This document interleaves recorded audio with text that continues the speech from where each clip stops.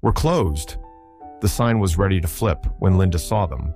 12 truckers stranded in the blizzard with nowhere to go.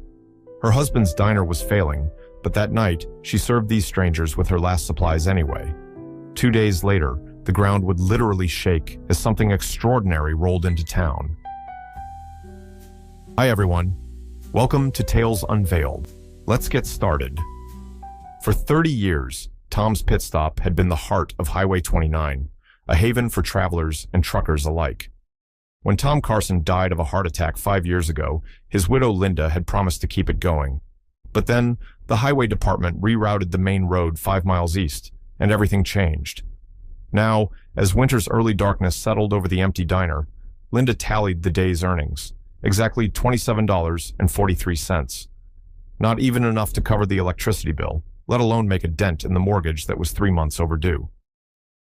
The clock above the grill read 6:45 p.m., 15 minutes until she could officially flip the sign to closed and head up to her small apartment above the diner. Not that it would make much difference. The snow had been falling steadily since noon, and the forecast promised the worst blizzard in 30 years. No one was crazy enough to be out on a night like this. No one except Linda Carson. 5 years ago, when her husband Tom passed away from a sudden heart attack, Linda had promised him she'd keep their diner going. For 30 years, Tom's Pit Stop had been a fixture on Highway 29, serving hot coffee and home-cooked meals to travelers, locals, and especially the truckers Tom had once counted as colleagues before settling down. "Best damn chicken fried steak between Chicago and Denver," Tom used to boast, and he wasn't wrong, but that was before the highway department rerouted the main thoroughfare 5 miles east 3 years ago, before the steady stream of customers dwindled to a trickle, then to almost nothing, before the bank started sending notices with words like foreclosure and final warning. Linda sighed as she glanced at the final notice tucked beneath the register. 3 months behind, with no way to catch up. The diner had been on the market for 6 months without a single bite. Who wanted a roadside restaurant with no road? The bell above the door jingled, startling Linda from her thoughts. She looked up to see a man stomping snow from his boots, his trucker cap pulled low over his eyes. "Evening, ma'am," he said, his voice deep and rough, from years of cigarettes or road dust or both. "Any chance you're still serving? It's a mess out there." Linda glanced at the clock again. 6:50 p.m. "Kitchen's still open for a few minutes," she found herself saying. "What can I get you?" "Coffee, black, and whatever's hot," the man said, settling his large frame onto a stool. "Name's Ray. Appreciate you being open. They've closed the highway 10 miles back. Complete whiteout conditions." Linda froze, coffee pot in hand. "Closed the highway? For how long?" Ray shrugged massive shoulders. "Till morning at least, way it's coming down. I was lucky to make it this far before they blocked it off." As if on cue, the bell jingled again. 2 more truckers entered, bringing swirls of snow and the scent of diesel.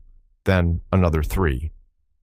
By 7:15, Linda had served the last of her day's soup and was frantically working the grill to keep up with orders. A dozen truckers now filled her normally empty diner, their voices a low rumble of road stories and weather reports. "Jenny," Linda called her young waitress who was hurrying between tables, "can you check what's left in the freezer? We're running low on everything." Jenny, a lanky 22-year-old who'd stuck with Linda, despite the occasional late paychecks, nodded and disappeared into the back. Linda had told her not to come in today because of the weather, but Jenny had shown up anyway. "Can't let you face the dinner rush alone," she'd joked. Neither of them had expected an actual rush. "You folks planning to head out once you've eaten?" Linda asked Ray, who seemed to have become the unofficial spokesman for the group. Ray shook his head. "No, ma'am.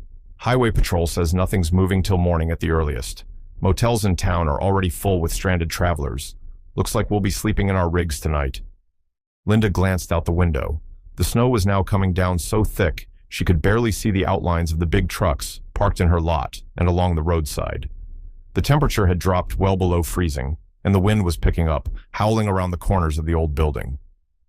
"You can't sleep in your trucks in this," she said, before she could stop herself. "You'll freeze." "Wouldn't be the first time," another trucker chimed in, but Linda could see the concern on their faces. Most long-haul rigs weren't meant to idle all night. especially not in this kind of cold. Linda thought of the empty diner, the mounting bills, the final notice. She thought of Tom, who had spent 15 years as a trucker himself before they saved enough to buy this place. She remembered his stories of kind strangers during breakdowns and blizzards. "The diner's open all night," she heard herself say, "and I've got a small apartment upstairs with a couple of spare blankets. Not much, but it's warm." Ray looked at her with surprise. "You'd do that for a bunch of strangers?" Linda's eyes drifted to the photograph behind the counter, Tom, in his trucker days, standing proudly beside his rig. "My husband would never turn away a driver in need," she said simply. As the night progressed, the blizzard intensified. The power flickered once, twice, then stabilized. The ancient heating system groaned in protest against the bitter cold. Around 10 o'clock, it made an ominous clunking sound, then died completely. "I know a bit about these old systems," Ray offered, setting down his third cup of coffee. "Mind if I take a look?" Linda led him to the utility room, where Ray spent 20 minutes tinkering with the furnace before it reluctantly rumbled back to life. "Should hold through the night," he said, wiping his hands on a rag. "But you might want to get someone to look at it proper when this weather clears." "Add it to the list," Linda murmured. Ray eyed her curiously. Tough times. Linda usually kept her troubles to herself, but something about the genuine concern in his voice broke through her resolve. "Highway reroute took most of my business 3 years ago. Been barely hanging on since." She nodded toward the window, where the edge of a snow-covered "for sale" sign was barely visible. "This month's probably my last." Ray nodded thoughtfully, but said nothing more.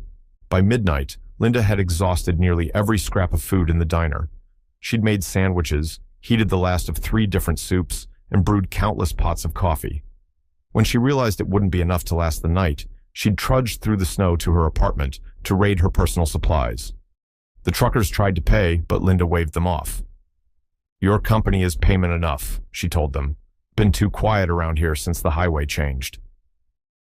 As the night wore on, the truckers shared stories of the road, close calls and bad weather, unusual cargo, the characters they'd met along the way. Linda found herself laughing for the first time in months. "This place reminds me of a diner up in Nebraska," one of the older drivers said, "run by an ex-trucker who made the best apple pie you ever tasted." "What was the name of it?" another asked. "Don't recall exactly. Something like Tommy's or Tom's Place." Ray, who had been examining the photographs on the wall, suddenly turned. "Was the owner's name Tom Carson by any chance?" Linda's head snapped up. "You knew Tom?" Ray was staring at a particular photo now. Tom with a group of fellow truckers at a truck stop somewhere in Wyoming, circa 1998. "Is this him, Tom Carson?" Linda nodded, moving to stand beside Ray. "Well, I'll be damned," Ray said softly. "He helped me once, years back.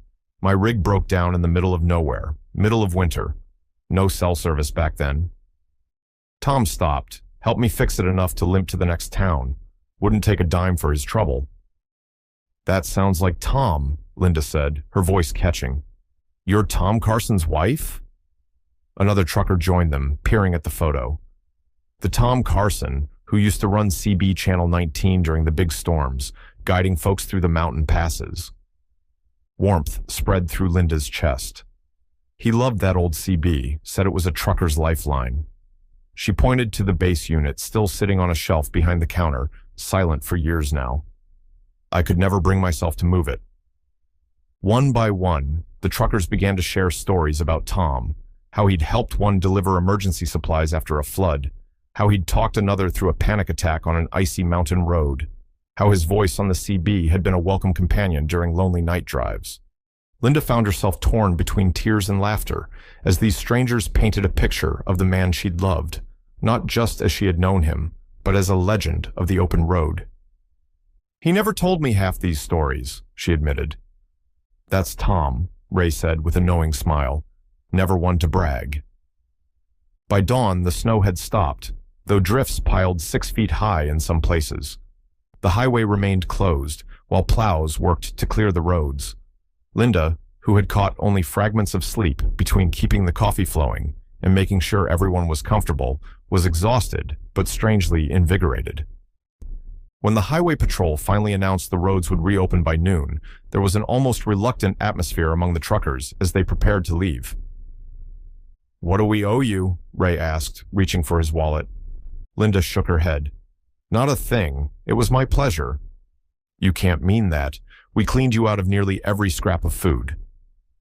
"And gave me the best night I've had in years," Linda countered. "Consider it payback for all the times Tom helped one of you out there on the road."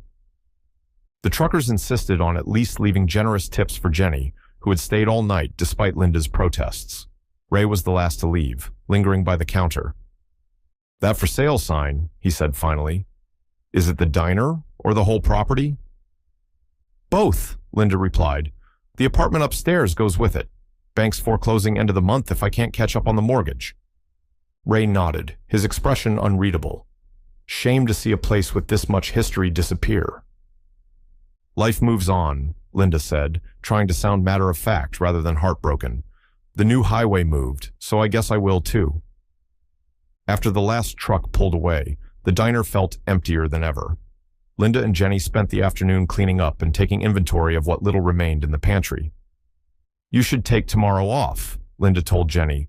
"I can't afford to order more supplies until Friday anyway." "I'll come in," Jenny insisted. "Someone might stop by." But no one did. The next day, Linda served exactly 2 customers, an elderly couple who'd been coming every Wednesday for 30 years. They left a $20 tip on a $15 bill, patting her hand with sad smiles that said they knew it might be their last meal there. That evening, Linda began packing some of Tom's mementos into boxes. The for sale sign hadn't generated any interest, and she needed to be prepared for the inevitable. She carefully wrapped the CB radio base, her fingers lingering on the volume knob Tom had adjusted countless times. "Miss you, old man," she whispered. "I tried." She was so lost in memory that she almost didn't hear it at first, the distinctive sound of air brakes outside the diner. Linda glanced out the window, expecting to see one of yesterday's truckers, who perhaps had forgotten something. Instead, she saw Ray's truck pulling into the lot, and behind it, another semi, and another, and another. Linda stepped outside, bewildered, as truck after truck pulled in, filling her parking lot and then lining up along the roadside in both directions. Some honked their horns in greeting. All of them had their headlights on despite the early evening sun.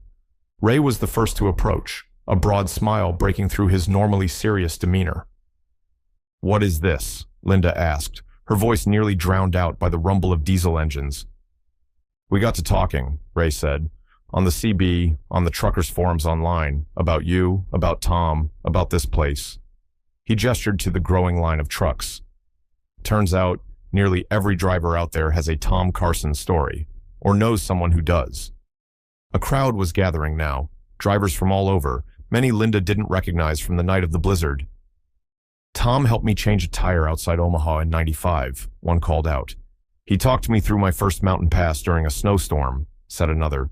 "When I was a rookie, he showed me how to properly secure a flatbed load," a young woman added. Ray turned back to Linda, whose hands had flown to her mouth in shock. "Tom's legacy deserves better than a foreclosure sign, so we made some calls." From the crowd emerged a man in a company polo shirt rather than the typical trucker attire. "Mrs. Carson, I'm William Porter, Regional Manager for Porter Hall Trucking. We've got 50 rigs that make this run regularly. My drivers need a place where they're treated like family, not just customers. I'd like to work out a regular schedule for my fleet to stop here." Before Linda could respond, another company representative stepped forward, then another. Ray handed her an envelope thick with cash. "Donations," he explained, "from trucking companies, independent drivers, people who remember Tom or who heard what you did during the blizzard. Should be enough to catch up the mortgage and restock your supplies." Linda's vision blurred with tears. "I don't know what to say." "Say you'll keep this place going," Ray replied. "For Tom, for all of us who need a place that feels like home on the road." An older trucker approached, carrying something in his weathered hands. "Found this in my storage last night," he said, holding out a CB radio handset. "Tom gave it to me when my own broke, 20-some years ago. Said he had a spare, figured it should come back home." Linda took the handset, her hands trembling. It matched perfectly with the base unit still sitting behind her counter. A perfect fit, just like these people who had suddenly filled the empty space in her life. "There's one more thing," Ray said, leading Linda back toward the diner entrance. A young man stood there, looking nervous but determined. "Mrs. Carson, I'm Kevin Miller. I'm a graphic designer when I'm not helping my dad with his rig.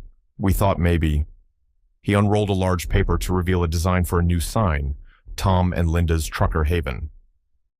"The old highway might have moved," Ray said quietly, "but we know how to spread the word.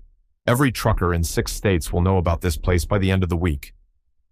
The CB radio crackled to life for the first time in years, making Linda jump. Someone had connected the handset and turned it on. Voices filtered through, truckers telling others about Tom's place and Linda's cooking, and best stop on the new route. Jenny appeared at Linda's side, wide-eyed at the crowd.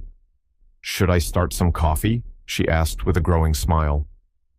Linda looked at the sea of faces, at the line of trucks stretching into the distance, at the diner that had been empty for so long now buzzing with new energy. She thought of Tom, of his kindness that had rippled outward for decades without her even knowing. "Start the coffee," she said, wiping away tears, "and call Darla and Miguel to see if they can come help. Something tells me we're going to need more staff." 6 months later, Tom and Linda's Trucker Haven was nearly unrecognizable. The mortgage was paid in full. The parking lot had been expanded. A small trucker lounge with shower facilities had been added to one side of the building. The staff had grown from just Linda and Jenny to a team of 7. The CB radio remained in its place of honor behind the counter, always on.